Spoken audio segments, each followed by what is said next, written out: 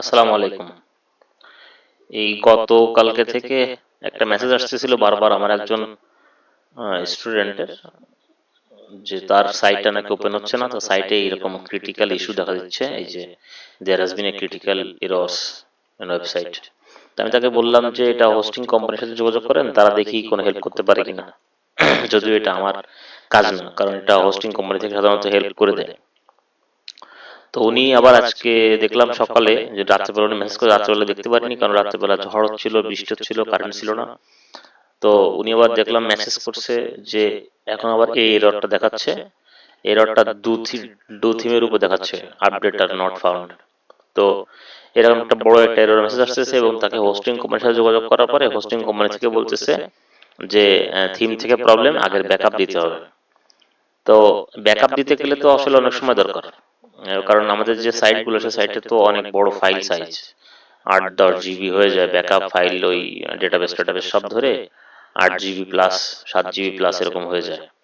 তো সেক্ষেত্রে দেখা গেছে ব্যাকআপ দিতে গেলে অনেক সময় লাগবে। তো আমি চিন্তা করলাম যে একটু, যখন থিম থেকে প্রবলেম বলতেছে এখানে, যেখানে যখন থিমের প্রবলেম বলছে, যেহেতু আমি কোনো এক্সপার্ট না এই ওয়ার্ডপ্রেস সম্পর্কে, এই কোডিং টোডিং এত কিছু এক্সপার্ট না, তো থিমে যখন প্রবলেম বলতেছে তখন থিমটা একটু রিইনস্টল দিয়ে দেখি আসলে কাজ হয় কিনা। তো কাজ আসলে হয়ে গেছে। এখন আমার কাছে তার লগ ইন ছিল, তা আমি চিন্তা করলাম লগ ইনটা দিয়ে আমি একটু ইনস্টল করে দেখি। তো আপনারা যারা আসলে এই এইখানে যখন সে লগ ইন করতেছিল, সফটওয়্যার ক্লাস থেকে যখন লগ ইন করতেছিল, এখন কিন্তু লগ ইন হচ্ছে, কিন্তু তখন ওই এরর আসতেছিল। ওই এররটা আসতেছিল, সে ড্যাশবোর্ডে লগ ইন করতে পারতেছিল না। দেখেন এখন কিন্তু ড্যাশবোর্ড ওপেন হচ্ছে, তখন কিন্তু সে এইখানে এইখানে যখন লগ ইনে ক্লিক করতেছিল তখন এরকম এরর আসতেছিল। এই এই যে এরর, এরকম এরর আসতেছিল, অথবা এরকম এরর আসতেছিল। তো আমি দেখলাম যে সেখান থেকে তো লগ ইন করতে পারতেছে না, তাহলে একটু প্লাগ ইনটা দেওয়া যায়। আপনারা যারা আমার কাছে সাইট নিছেন বা যারা নতুন নতুন ওয়ার্ডপ্রেসে কাজ করে, তারা অনেকে আসলে এই ড্যাশবোর্ডে না যে আসলে থিম দিতে পারেন না। এখানে দেখেন অ্যাপিয়ারেন্সে কিন্তু থিমের অপশন আছে, এখান থেকে সাধারণত সবাই থিমটা ইনস্টল করে থাকে, এখান থেকে থিম ইনস্টল করে থাকে অ্যাড থিম টিমে। যে এগুলো তো যারা ওয়ার্ডপ্রেসে কাজ করে তারা সবাই জানে। তবে এই সফটওয়্যার ক্লাস থেকে, এখান থেকে কিন্তু থিম ইনস্টল দেওয়া যায়। আপনারা এখান থেকে এই যে তীর বাটনটা, এই যে তীরটা এখানে ক্লিক করলে, এইখানে দেখেন নিচে ম্যানেজ প্লাগইন, ম্যানেজ থিম, এই দুটো অপশন আছে। এই ম্যানেজ থিমে যাবেন।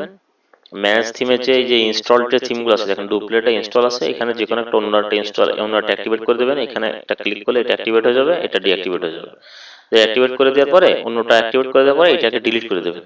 ডিলিট করে দিয়ে এই যে আপলোড থিমে, যে আপনাদের যে থিম ফাইলটা দিছি আমি, মেইন ফাইলটা, সেই থিম ফাইলটা এখান থেকে, এই যে এখান থেকে ক্লিক করে এই যে আপলোড করে দিলে, আপলোড করে দিয়ে অ্যাক্টিভেট করে দেবেন। অ্যাক্টিভেট আফটার আপলোড, তো অ্যাক্টিভেট করে দিয়ে আপলোড দিয়ে দিলে এখান থেকে কিন্তু আপলোড হয়ে যাবে, আর অটোমেটিক অ্যাক্টিভেট হয়ে যাবে। তা দিয়ে দেখলাম আসলে অটোমেটিক অ্যাক্টিভেট করে দিয়ে দেখলাম যে এখন কিন্তু লগ ইন করলে আর কোনো এরর দেখাচ্ছে না। তো হোস্টিং কোম্পানি থেকে যেটা বলছিল যে থিমের সমস্যা, সেই সমস্যাটা কিন্তু আমরা এইভাবে সমাধান করতে পারি। যদি এরপরে না হইতো, ব্যাকআপ দেওয়ার দরকার হতো, তাহলে ব্যাকআপ দিতে গেলে আমাদের অন্য প্রসেস যেতে হতো। আমাদের সি প্যানেল থেকে আমরা তখন ব্যাকআপ দিতাম, সেটা একটু লেন্দি প্রসেস। সি প্যানেল থেকে যখন ফাইল ম্যানেজার দিয়ে ফাইল ডাউনলোড করতে হতো, জিপ ফাইল করে, বা ডেটাবেস ডাউনলোড করতে হতো, এগুলো ডাউনলোড করে করতে হতো। অথবা হোস্টিং কোম্পানিকে যদি বলা হয়, হোস্টিং কোম্পানি সাধারণত হেল্প করে দেয়। যেহেতু বড় ফাইল, এগুলো একটু সময় বেশি লাগে, সেই জন্য দেখা গেছে একটা দিন নষ্ট হয়ে যেত। যদিও তার সাইট লাইভ ছিল, তার সাইটটায় কোনো সমস্যা হয়নি, তার সাইট লাইভই ছিল, তখনও লাইভ ছিল, এখনো লাইভই আছে। তখন সমস্যা ছিল শুধু ড্যাশবোর্ডে এসে লগ ইন করতে পারতেছিল না। এখন আর এই ড্যাশবোর্ডে লগ ইনের সমস্যাটা কিন্তু আর নাই।